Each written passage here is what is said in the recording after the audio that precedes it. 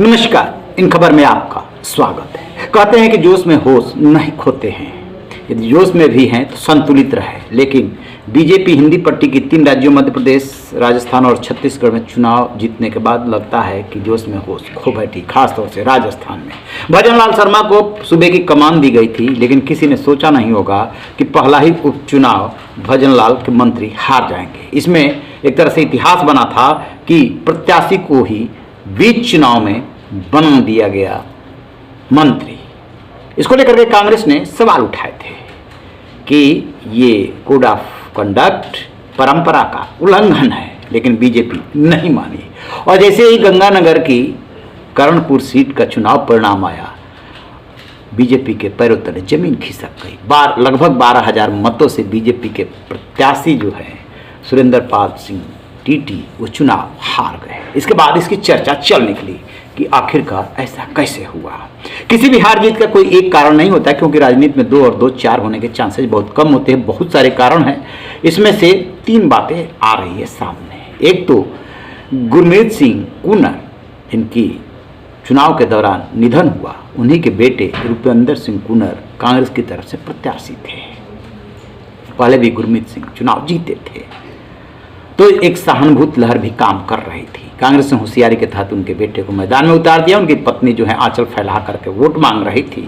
और इधर जो है लग रहा था कि चुनाव हारने के बाद अशोक गहलोत और सचिन पायलट में मतभेद बढ़ेंगे, लेकिन इस चुनाव में दोनों ने जम के प्रचार किया। बीजेपी की तरफ से क्या चूक हुई कि एक उनके नेता हैं संदीप, उन्होंने अलवर में कुछ धार्मिक स्थलों को लेकर के विवादित बयान दे दिया।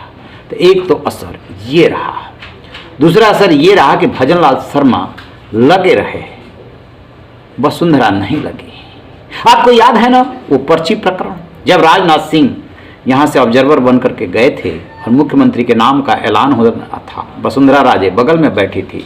उन्होंने पर्ची पकड़ाई थी। वसुंधरा राजे पर्ची देख करके आश्चर्यचकित हो गई थी कि अच्छा ये मुख्यमंत्री बनेंगे। लगता है कि तब तक राजनाथ सिंह को भी ये बात पता नहीं थी, किसी को नहीं पता था। पर्ची उन्होंने दिया और वो भजनलाल शर्मा मुख्यमंत्री बन गए। वसुंधरा राजे किनारे लग गई। वसुंधरा राजे ने कितना इसमें खेल किया ये तो पता नहीं, लेकिन उन्होंने चुनाव प्रचार नहीं किया। अब कांग्रेस को मौका मिल गया फिर से वार करने का। अशोक गहलोत ने तत्काल एक्स पर पोस्ट डाला, अभिमान टूट गया। और उधर गोविंद सिंह डोटासरा हैं प्रदेश अध्यक्ष, पर्ची सरकार कह के संबोधित कर रहे हैं।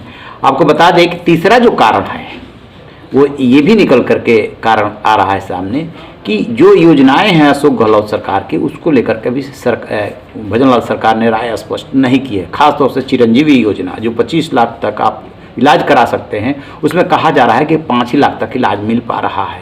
तो क्या अशोक गहलोत की ये योजना बंद होगी? बहुत सारे सवाल है, इस पर अभी कुछ भी क्लैरिटी नहीं है, लेकिन ये भी एक कारण माना जा रहा है। क्योंकि इंदिरा रसोई योजना जो थी उसको बदल करके अन्नपूर्णा योजना कर दी गई थी। इसको भी लेकर के कांग्रेस ने काफ़ी नाक भौं सिकोड़े थे और वार किए थे। तो इसको कहा जा रहा है कि आप योजनाओं का नाम बदल करके लोगों को गुमराह नहीं कर सकता, तो कहीं इसका भी तो असर नहीं हुआ। जब भी हार होती है तो कई उसमें वजह ढूंढी जाती है कि क्या क्या हो सकता है। एक और ख़ास बात, चूँकि ये सीट पंजाब से लगी हुई है, इसलिए खान पान, रहन सहन, सिख और जाटों का प्रभाव इस पर अच्छा खासा है। दोनों तरफ से वैसे ही प्रत्याशी उतारे गए थे।